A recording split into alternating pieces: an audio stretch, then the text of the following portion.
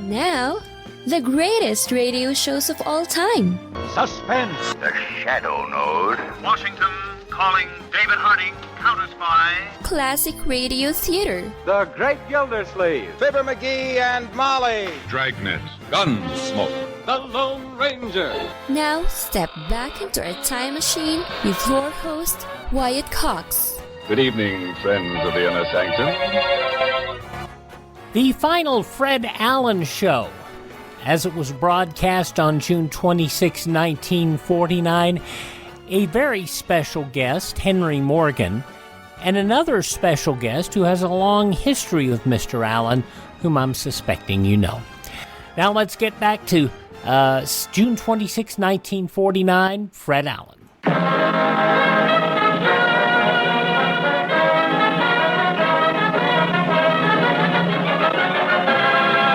The Ford Dealers of America present the Fred Allen Show.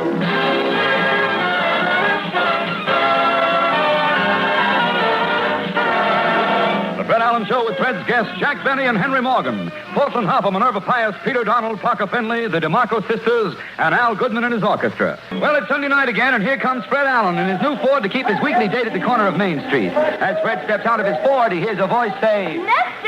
Allen! Portland.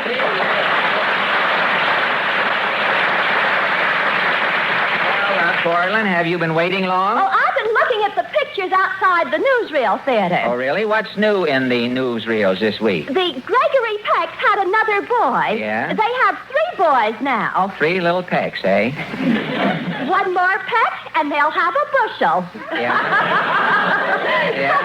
What is that? What is that? Well, I'd like to start things off with a laugh. With a laugh, huh? It would be better if you started things off with a joke, you know. It would help.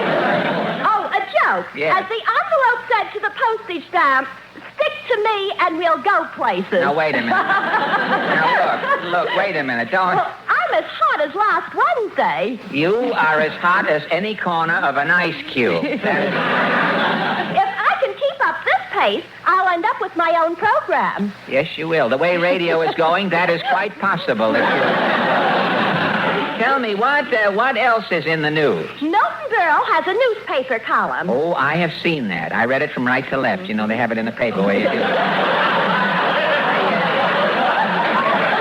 Milton wants everybody to know he's a columnist. I know Berle walks around Lindy's on his knees so that people will think he's Billy Rose. Milton went out to Hollywood to make a picture for Warner Brothers. Yes, I saw that, too. It's going to take 3 weeks after the picture's made. He has to pop his own corn to go with the picture. When Berle's picture plays the Strand, it will pack the streets. Well, enough about Mr. Television. Berle is the only comedian I know who uses an air wick for a straight man. Say, I just happened to think. You told me to remind you about Jack Eigen. Oh, yes, Jack Eigen. Tonight will be the last time Jack Eigen's name will ever be mentioned on our program. Are you going to bid him farewell? Yes, Portland, I am. Let us bow our heads, sister, and face the Copacabana. As for the last time we mention his name, Jack Eigen.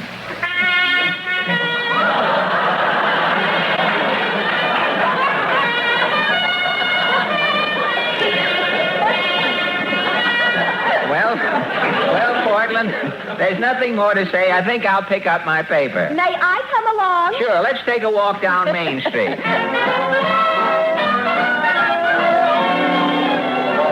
What does the paper say? Say, here's an ad for that radio program I'm going to be on tomorrow night. Oh, DuPont's Cavalcade of America. The Life of Sue Chan. You know, he owns the House of Chan, and I'm going to interview him on the program. It'll be very interesting, my dialect and his blending that way. It'll come out. Say, here's an item. Look at this. As the first day of summer arrived this past week, millions of Americans started planning their vacation. Do you think most people really plan their vacation? Who knows? Let's ask some people as we're walking down Main Street. This man coming along with the live frogs on his smoking jacket. Pardon me, sir. Claghorn, say Claghorn, the name Senator Claghorn, that is. Well, Senator... If you're telling force, ain't no gypsy to me. But, don't hold me up, son. I'm busier than a man with St. Vitus dance trying to put on his long underwear. You're busy? Yeah, I'm heading a committee in Washington to track down them 5%ers. Oh, the 5%ers. Have you trapped any of those 5%ers, Senator? Well, I got my eye on one little wassup. Yeah? He's got a second-hand hearing device. He's still pretty deep. And he's a 5%er? Yeah, the Navy ordered 200 boats. 200 boats. This little deep scissor bill thought to said goats. You mean the Navy ended up with 200 goats? With them goats loose in the Navy, son, today it ain't safe to be a rear admiral. You sure have plenty of problems, Senator. Yeah, I'm keeping my eye on them red investigations. Say, do you think, confidentially, Senator, do you think communism is spreading, do you? It sure is, son. Them communists is heading for plenty of trouble. Trouble? Russia's taking over China. Where does the trouble come in? Them Russians are bringing borscht into China. Borscht? Son, when a Chinaman tries to lift that wet potato out of his borscht with chopsticks, there's going to be trouble.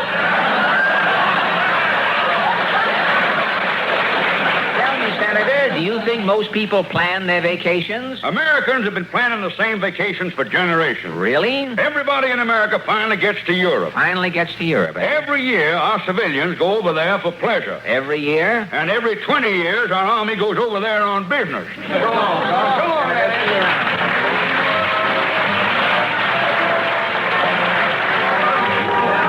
Come on, Portland. Come away from that jewelry store window. I just learned something. Really? The diamond is the hardest mineral in the world. Well, why is the diamond the hardest mineral? It'll make an impression on a woman. Hey, that's real good, isn't it? Look who's coming out of Howard Johnson's with the ice cream cone. Who? Titus Moody. Oh, hi, Mr. Moody. Howdy, Bob. Mr. Moody? Mr. Moody, do you think most people plan their summer vacations? Why, it seems to me everybody spends their summers driving around in automobiles. You are in a position to know this? I'd say so. You would, really? Yeah, I run a roadside stand for motorists. Really? What do you sell? My sign says, genuine farm eggs, strictly fresh. Well, how many chickens do you have? I don't have none. Well, with no chickens, how can you run an egg business? Every morning I buy a lot of eggs at the A&P supermarket. At the A&P? I set the eggs out on my roadside stand in nests. I see. Then I dress up as a rube. You dress up as a rube, eh? Yeah. I put on a big straw hat. Yeah? Tie a red bandana around my neck. Stick a straw in my mouth. Then I go down by the road and I lean on a long rake. Well, what happens when a motorist drives up to your stand? Why, I start yelling, well, I swan, by heck, and other rustic expressions. So, the motorist, he thinks he's dealing with a country jay, a pea picker. A pea picker, hey? He says, how about it, Zeke? Are them eggs fresh? Yeah? And with that, Miss Moody, she's under the counter meditating. She starts clucking. She's clucking. And the motorist buys the eggs? I ain't missed a sale in 20 years. Well, how many eggs do you sell? Well, I can only sell 60 eggs an hour. Well, why only 60 eggs an hour? There's one born every minute. So long, bud. So long.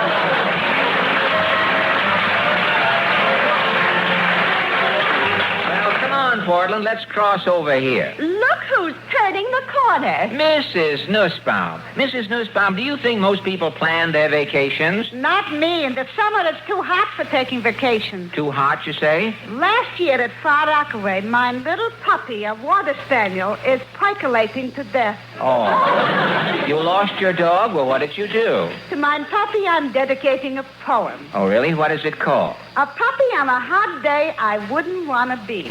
Yeah, it's a little doggerel, hey? Well, how does it go? A puppy on a hot day I wouldn't want to be. A puppy on a hot day could be someone else, not me. A herring on a hot day I would be. Likewise, a guppy. But one thing I would hate to be on a hot day is a puppy. A puppy on a hot day can wag his tail a minute. This will stir a breeze behind, but the puppy isn't in it. For a puppy, I feel sorry. On a hot day, he will pant. I can take my coat off, but a little puppy can't. Good night, Mrs. Nussbaum.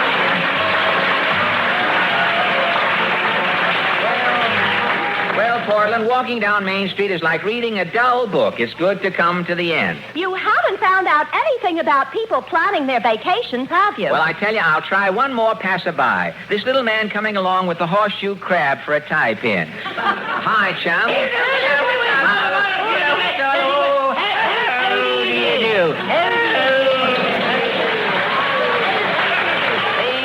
Cassidy. Stand aside, me boy. I'm celebrating. You're celebrating what? Sure, the drought is over. The beer strike ended. Well, you look as though you've been making up for lost time. Yeah, I think I drank too much beer. Really? Why? Every time I perspire, me perspiration has a head on it. Well, tell me, Ajax, do you think people plan their vacations? No, me boy, I don't plan nothing. I have the same vacation every summer. You do? To get away from the humdrum routine, the grind of doing nothing all year. Yes? For me vacation? Yes? I go to work for 2 weeks. Come on, you boy. So long, Ajax. June 26, 1949, Fred Allen on Classic Radio Theater with Wyatt Cox. You ever make a change and then think, why didn't I do this years ago? Well, that's how people feel about switching to Medishare for their health care, especially now with inflation the way it is. People are very happy with the savings. Most families save about $500 a month when they switch.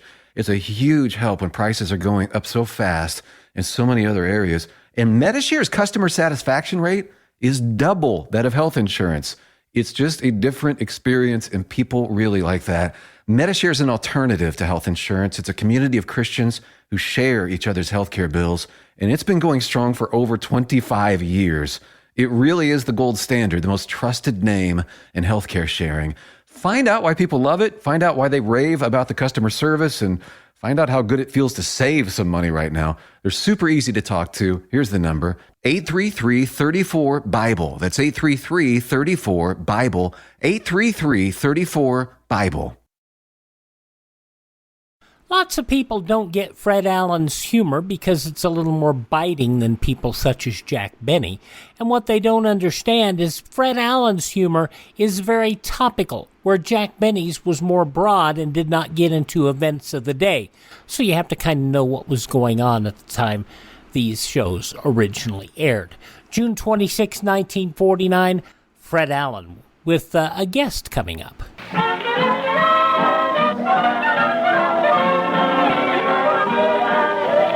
Gosh, it sure is hot out tonight, Portland. I think I'll stop in the drugstore and get a frozen frosted. A frozen frosted. Ought to go good now. Well, I'll see you later then. Good night. Good night, Portland. I'm sure going to miss Main Street, the jewelry store, the grocery, the pawn shop. Say, who is this man in front of the pawn shop with a moose head under his arm? Hello, Fred. Henry Morgan. Henry, you in front of a pawn shop? Fred, when I'm working, I'm in front of the cigar store. Well, I know. When I'm not working, I'm in front of the pawn shop. I gotta hock this moose head. Hock? But, Henry, you've been working all winter. I know I have, Fred, and I appreciate it. And, Henry, I just read that you're going back on the air replacing Duffy's Tavern. Yeah, but that doesn't start until July 6th. But, Henry, what did you do with all... You worked all winter. What did you do with all your money? Well, I got tired sitting around on the bare floor of the apartment, so I bought a rug and some furniture on the installment plan. I see. First week I was out of work. To make the payments on the furniture, I had to borrow $300 from a loan company. Uh-huh. Now I owe the loan company, so I have to pawn my moose head. Well, Henry, confidentially, that is a pretty mangy-looking moose head you have there. Fred, please, if it weren't for this moose head, I wouldn't be alive, out of work, and owing $300 today. You mean the moose saved your life? Yes, Fred, it did. Last winter, I went hunting up in Canada. Yes? Got lost in the woods. For 12 days, I had nothing to eat. Gosh. I was sitting by the edge of a lake, watching myself slowly starve to death, when this moose peeked out from behind a tree. You saw the moose, did you? I did. I picked up my rifle. Yes? I was just about to pull the trigger when the moose looked at me with those big brown eyes. Yes? I didn't have the heart to shoot. I put down my rifle. The moose knew that even though you were starving, Henry Morgan, you had spared his life. Yes, and he was so grateful, that moose walked over to me and dropped dead.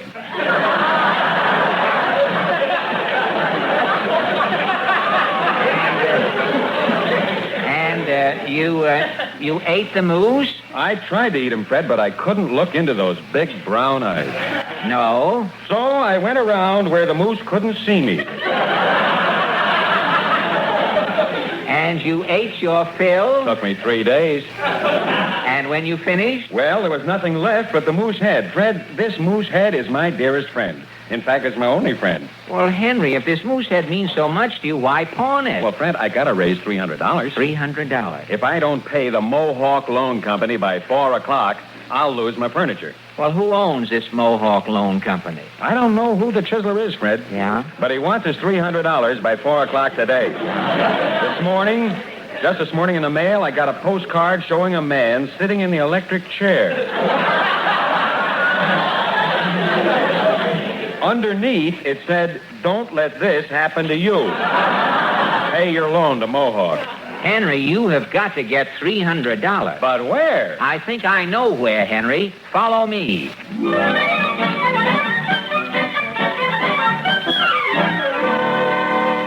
Well, Henry, here we are. This is the Chase National Bank. I'll see if this party is in. Say, guard. Yes, sir. We're looking for Mr. X.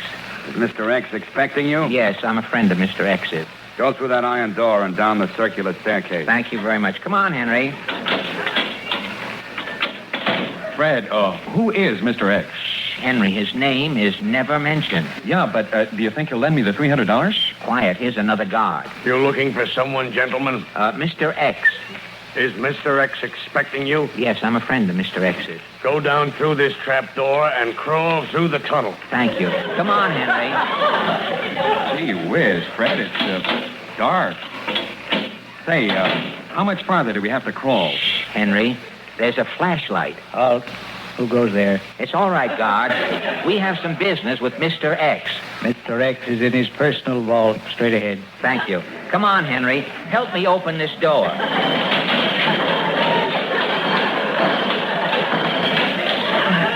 Gee whiz. Fred, look at the money in this vault. It's stacked up to the ceiling. I think Mr. X is coming. Hello, Fred. Mr. X, Fred, this is Jack Benny.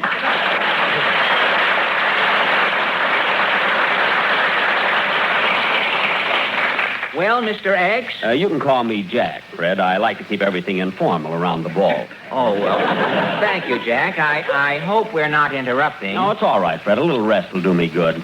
I've been counting steadily since 5 o'clock this morning. I've got a cramp in my tongue from wetting my finger.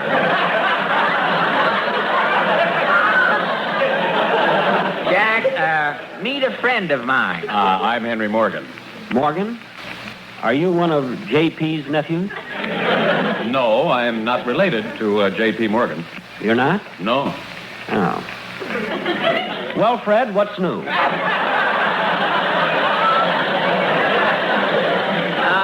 Nothing much, Jack. How long are you going to be in town? Oh, I'll be here counting all summer. Oh, you will? This is Mr. Benny's vacation, Henry. He always spends the summer in his vault here. Gee, don't you miss the outdoors, Mr. Benny? No, it's cool down here, and it's so nice and green. Hey,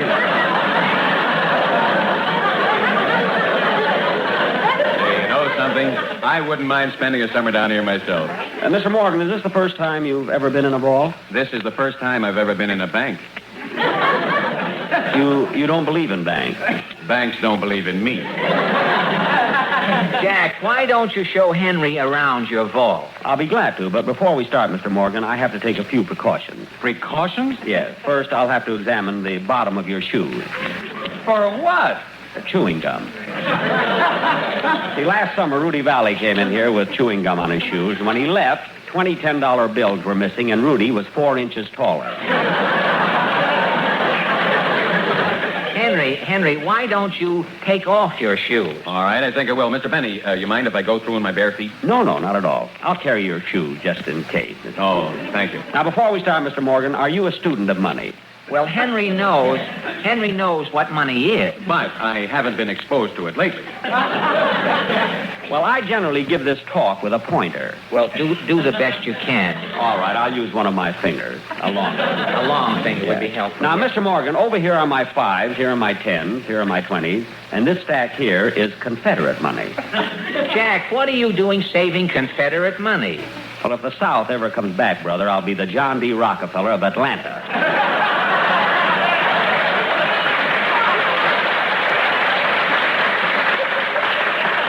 Tell me, Mr. Benny, what is this in the glass case? Oh, that is the first dollar I ever made. Well, it looks like a string of beads. It's wampum.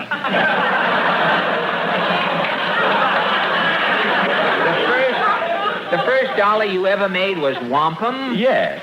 A nearsighted Indian passed through Waukegan when I was a boy. I sold him my mother's shawl for a blanket. Oh, I see. Jack, don't you ever think of anything else but money? If I ever do, I'll go right to a psychiatrist. Tell me, when did you first think of money, Mr. Benny? The day I was born, I was a bottle baby. I know, but a lot of babies were bottle babies. Well, I was the first baby that ever got a nickel back on the bottle.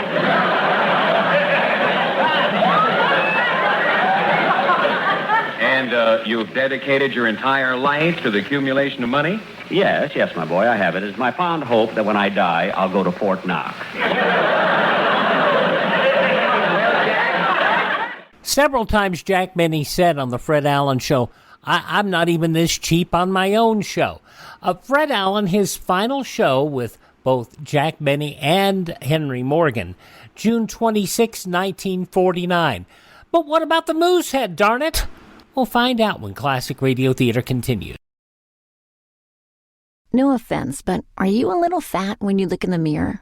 How would you like to learn the secrets to lose 3 to 5 pounds a week easily without joining the gym or going through any crazy diets? It's called Body Sculpt by Med Diet. For the last 2 decades, we've been helping people just like you that have pounds they want to shed. We've helped millions of people lose thousands and thousands of pounds over the years. And now it's your turn. Learn the secrets of how to lose weight with one simple phone call. You'll see an amazing difference in a matter of days. Don't believe us? We'll offer you a money-back guarantee. If you're ready to start losing weight right now, call right now to learn more about your risk-free order to Body Sculpt. Call for your risk-free offer. 800-738-5332. 800-738-5332. 800-738-5332. That's 800-738-5332. Are you in bad pain? You know what I mean. Your knees hurt. Your shoulder hurts. Your elbow and back are constantly killing you. And I'm sure you've tried every pain pill or cream available at the drugstore. Am I right? Well, here's something you haven't tried.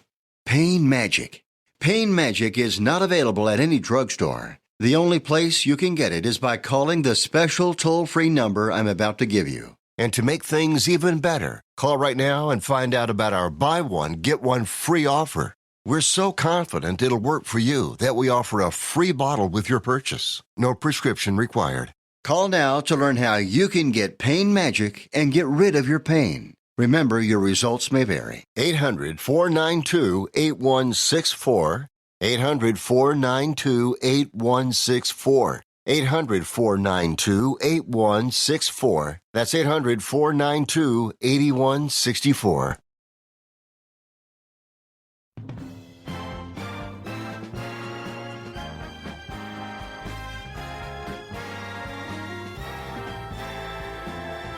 Now on Classic Radio Theater with Wyatt Cox, the conclusion of the final Fred Allen Show with Jack Benny and Henry Morgan, June 26, 1949, and a very Fred Allen ending. Jack, the reason I brought Henry over... Yeah, Mr. Benny, you see, by 4 o'clock. 4 o'clock. What time is it now? It's 3:45. The boys should be checking in. I wonder... Oh, that must be one of the boys now. Come in.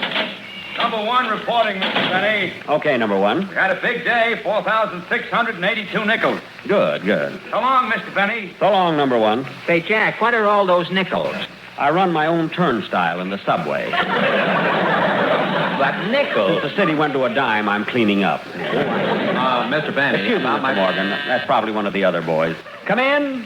Here you are, Mr. Benny. Oh, thanks, Mert. We had a big day today, 7,600 nickels. Good. So long, Mr. Benny. So long, Mert.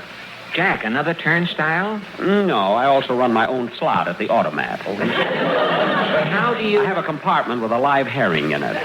A live herring? When someone puts a nickel in the slot and the little window opens, yes, the herring feels the draft and slaps the window closed with his tail. Jack, you mean? I trained this herring and it was time well spent. Well, how long have you had the herring working for you in the automat? Only 6 months. He's already brought me in over $800. Hey. Say, Mr. Benny, by 4 o'clock, if I don't have $300... Excuse me, Mr. Morgan. Come in. Here it is, Mr. Benny. Thanks, Pop. I got a whole chimney full today. Good, good. Merry Christmas, Mr. Benny.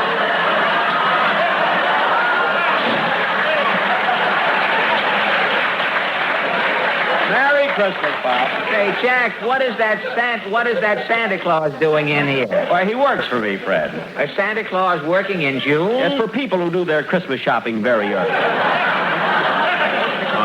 Mr. Benny, the reason that I'm here, Yes, Jack. Look, Henry has to borrow $300 by 4 o'clock, or some shyster with a loan company will take his furniture and his moose head. Yes, Mr. Benny, see, we thought that maybe you would... $300. I'm a good risk, Mr. Benny. I've been working all winter. Yes. You worked all winter and you're broke? I'm flatter than something that's been stepped on. Mr. Morgan, this is rather a personal question, but what do you do with your money? I spend it. I see your problem already.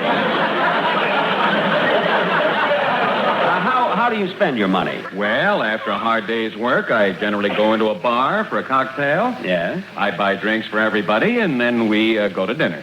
We? After buying a few drinks, I suddenly acquire a crowd of friends. And you buy everybody dinner? Well, if I bring guests in to eat, I have to pick up the check, don't I? I've heard of it being...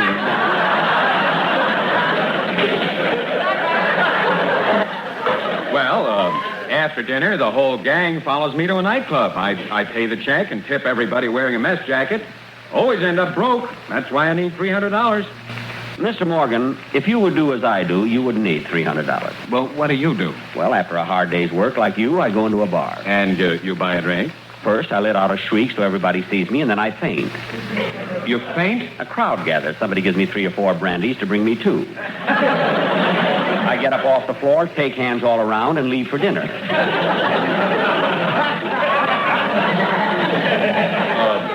Do you eat alone, Mr. Benny? No, I usually find a group of friends at a table, and I sit with them. Who pays for the dinner? Well, all during the meal, I keep feeling my pat of butter. You keep feeling your butter? Yes. When it comes time to pay, I reach for the check. While my hand is slipping around, somebody else picks it up. Well, I'd like to know something. After dinner, do you go out to a nightclub? Always. I order champagne for everybody. Then just before the floor show finishes, I swallow 4 sleeping pills fast. 4 sleeping pills? Yes. I don't know how the party ends up or who pays the check. I just wake up in bed the next day well rested. You see, Henry, Mr. Benny really knows how to live. And nobody ever made me this cheap on my own program.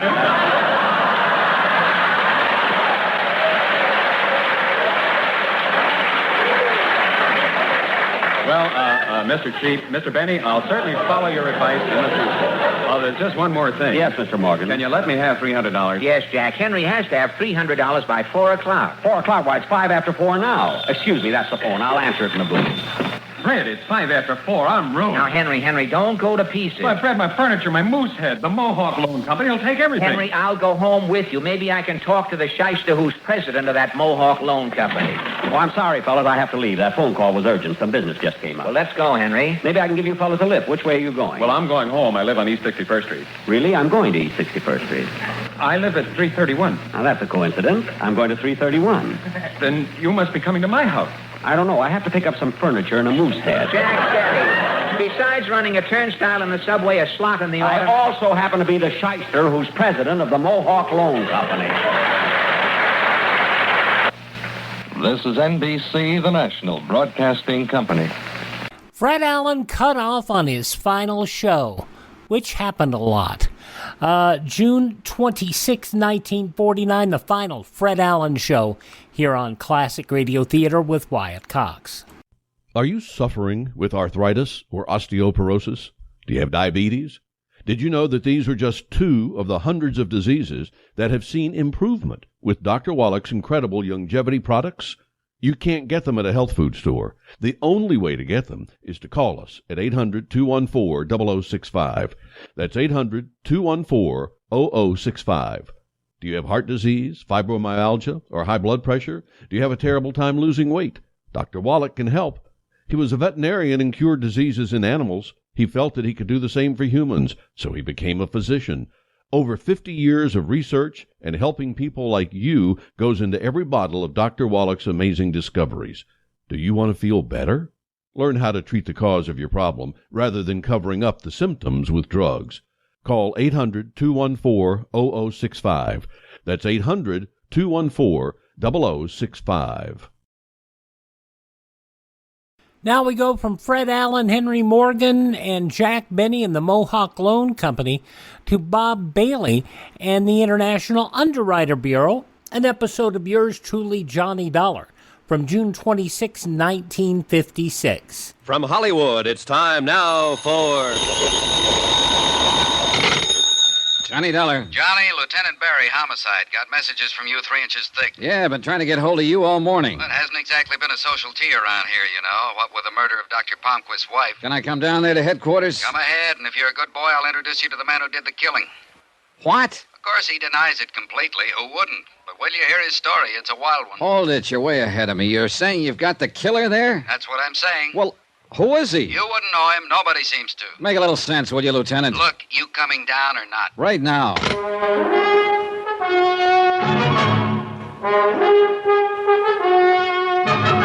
Tonight and every weekday night, Bob Bailey in the transcribed adventures of the man with the action-packed expense account, America's fabulous freelance insurance investigator. Yours truly, Johnny Dollar.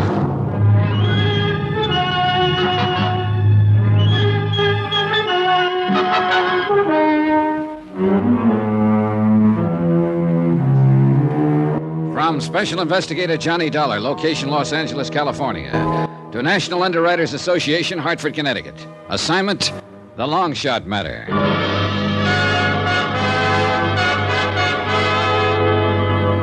Los Angeles traffic being what it is, there was plenty of time to think on the way to Barry's office. But think about what? An unsigned warning that someone was going to collect on a $100,000 policy?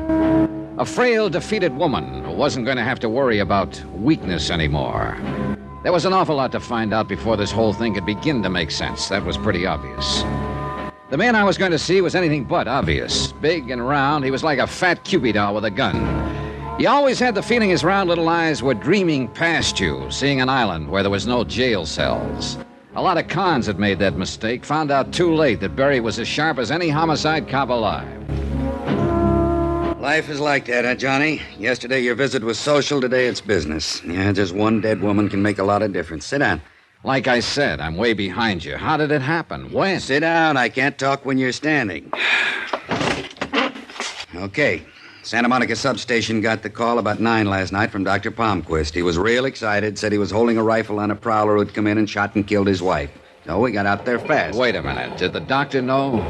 Let me tell it my way, huh? Okay. We found Mrs. Palmquist dead on the living room floor, and the doctor's still holding this guy at rifle point. 38 Colt lay in a corner with nobody paying much attention to it. Ballistic says it's the murder weapon, all right. What's the doctor's story? Says he was out on a house call, got home a couple of minutes before 9. On the way to the front door, he glanced through the living room window, saw this prowler holding a gun on Mrs. Palmquist.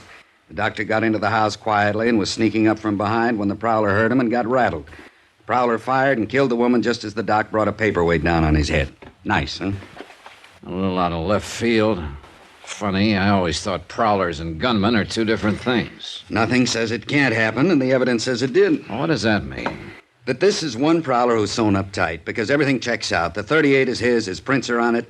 Lab found the lock he forced to get in. What else you want, a moving picture? Oh, don't get mad. I'm just asking. Now, that house call the doctor was out on, I'm a stranger in town, but isn't that kind of a late hour to see a patient, unless it's a real emergency? Not when they look like this one. Oh? I checked with her this morning. She could make me go to medical school right now, even at this age. Nice, huh? Put it this way. Her first name ought to be Marilyn. Well, that's pretty clear. Who is she? A Mrs. Laura Considine. 35, widow, money, and everyone should look like that. She been Dr. Palmquist's patient long? 3 or 4 years, and she backs up the story of the house call completely. You sold? I want to know about the prowler. Who is he? Ex-con, drifter, 57 years old, got a record that goes way back. What kind of record? I was afraid you'd ask, because that's the fly in the ointment. It's a long sheet and it's buried. Bunco, con game, badger, bad checks, pigeon drop, all small stuff. but not an ounce of violence anywhere. A killing's way out of pattern, isn't it? Yeah. This prowler, what does he claim? It's so wild, I'm embarrassed to repeat it. How's chances of my seeing him? Maybe he'll tell me.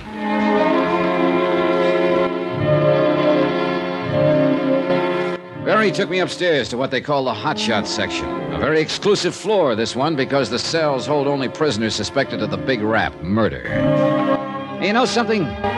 I never heard a place like this, but what an old fallacy comes bouncing back into my mind. That bit about being able to tell a man's character by looking at him. What does a murderer look like? Go ahead, put yourself out on that limb, but don't drag me out there with you.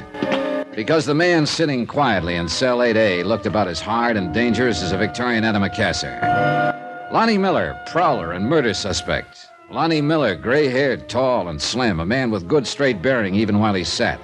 Yet with a delicacy about him. Or maybe it was just the natural good manners of the born con man. I didn't know. Yell when you want out, Johnny. Yeah. I'm not going to change the story. I'll tell it again, but it'll be the same. Is that what you want, officer? I'm not the police, Miller. My name is Dollar. I'm an insurance investigator. It's a little late for me to buy insurance, isn't it? Miller, you don't have to talk to me if you don't want to, but you'd be helping yourself if you told me the truth. They didn't believe me, not one word. Why would you? My jobs are different. My interest is in the insurance angle. Did you kill Mrs. Palmquist? I'm nearly 60, mister, and I've done everything in the book, almost everything. But I never killed. Never. I can't make them see that. Yeah, I know. Told them 100 times, word for word, step by step. They just sit and look at me. Well, what do I have to do to make them believe I didn't do it? From what I hear, they've got an awful lot of evidence that says you did. You too, huh? Go away, mister. You may be a little different kind of cop, but you're talking like all the others. You're thinking like them. Let me alone. You haven't got much chance, Miller, if that's your only answer to evidence. Evidence? I know all about that stuff. You can buy it and sell it, manufacture it, make it stand up and do tricks. The cops... Miller, you're talking through your hat. You've been the route. Do you know one case where the police ever manufactured evidence? And I don't mean con talk. I mean one you actually know of. Oh, what's the difference? Look, why don't you tell me about it? Think you could listen without sneering? Nobody else can. Try me, huh? Now, how did you get into this? I just finished doing time in San Diego. Been hitchhiking my way up from there. 4 nights ago, a truck let me off on the Pacific Coast Highway, about 15 miles south of L.A. A few minutes later, a man in a big cab gave me a lift. Nice enough fella. A little nosy about where I was from, where I was going, things like that. But nice. Yeah, go on. After about 5 minutes, he decided we needed coffee, so we stopped at a little tacos joint. 10 minutes later, we were back on the road. After about 2 miles, he said it felt like we had a flat, so we stopped. It was a flat, all right, left rear. So? Well, he had given me the lift. The least I could do was to change his tire, so I did it. He was real friendly the rest of the way. Told me to stick around town and he'd see I got a job. He gave me a 20. Told me where to get a room and said to wait for him to phone. He said his name was Carter. You do what he said? Last night he called me. Said to be at his house at 9 sharp to meet a man who had a job for me, an address in the Palisades. Well, go on. The house was dark when I got there, so I rang the bell. Someone opened the door. I took 1 step inside and got hit on the head. Next thing I know, I'm coming to on the living room floor. There's a dead woman a few feet away, and my friend Carter is holding a rifle at my head, threatening to blow it off if I move. Only when the cops got there, they didn't call him Carter, but Dr. Palmquist. Palmquist? Miller, do you realize what you're saying? I know. And every word of it's the truth. Now tell me this, mister. How do I get anyone to believe it?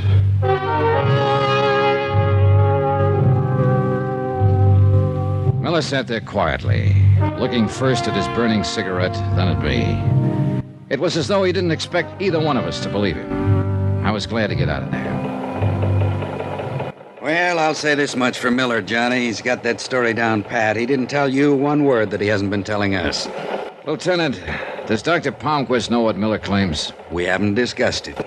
Didn't I tell you the doctor's resting at Blair Hospital for a day or so, shock of his wife's death? Do you intend to tell him? Look, I know you're a fellow who automatically roots for the underdog, but face it, boy, what have I got? An ex-con with a wild story against a respected citizen with a perfect alibi. I'd look kind of silly questioning Palmquist at the moment. At the moment? Does that mean you've got doubts about Palmquist? I doubt everybody till the last page, boy. That's how I got to be lieutenant. And that's where we left it.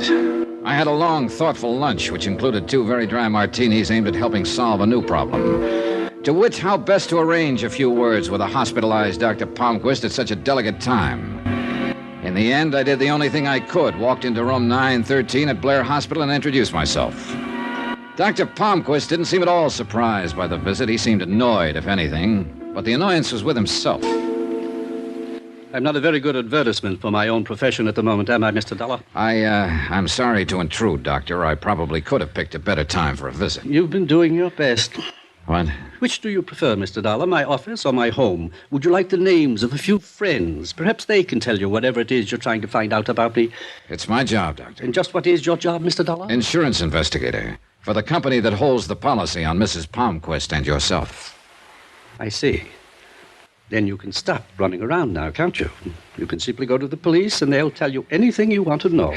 Doctor, may Mr. Dollar, I don't usually prescribe without a thorough examination, Bob.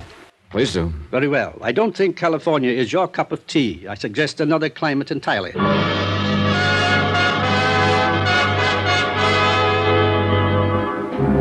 The visit was over.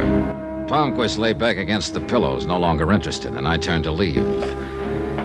Just as I was reaching for the door, it opened, and one of the most beautiful women I'd ever seen started into the room. I think you have the wrong room, madam. For a moment, she just stood there, startled. Then, without a word, she turned and hurried out.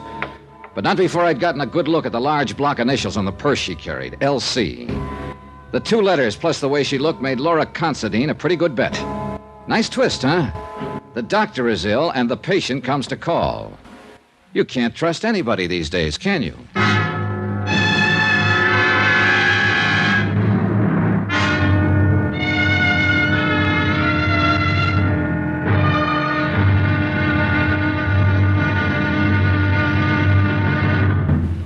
Now, here's our star to tell you about tomorrow's intriguing episode of this week's story. Tomorrow, beauty may be skin deep, but fear goes a lot further down than that. Sometimes as far as death.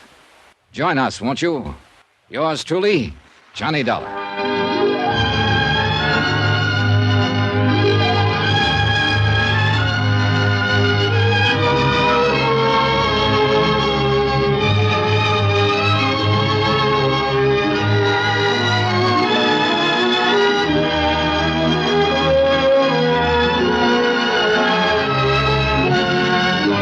Yours truly, Johnny Dollar, starring Bob Bailey, is transcribed in Hollywood.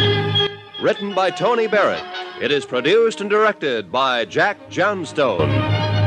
Be sure to join us tomorrow night, same time and station, for the next exciting episode of Yours truly, Johnny Dollar. Roy Rowan speaking.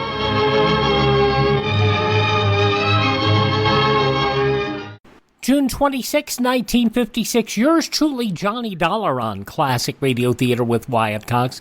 Thanks for making us a part of your day. Would you thank this station and support their advertisers? It is their kindness and courtesy that allows us to be with you each and every time you roll around here on your favorite station. And if you miss a day, you do not have to miss a single show. You can hear all of our shows on demand through Spotify, Spreaker, iHeartRadio, Apple Podcasts, Google Podcasts, Amazon. Just search for Classic Radio Theater with Wyatt Cox. Lots of other places, too.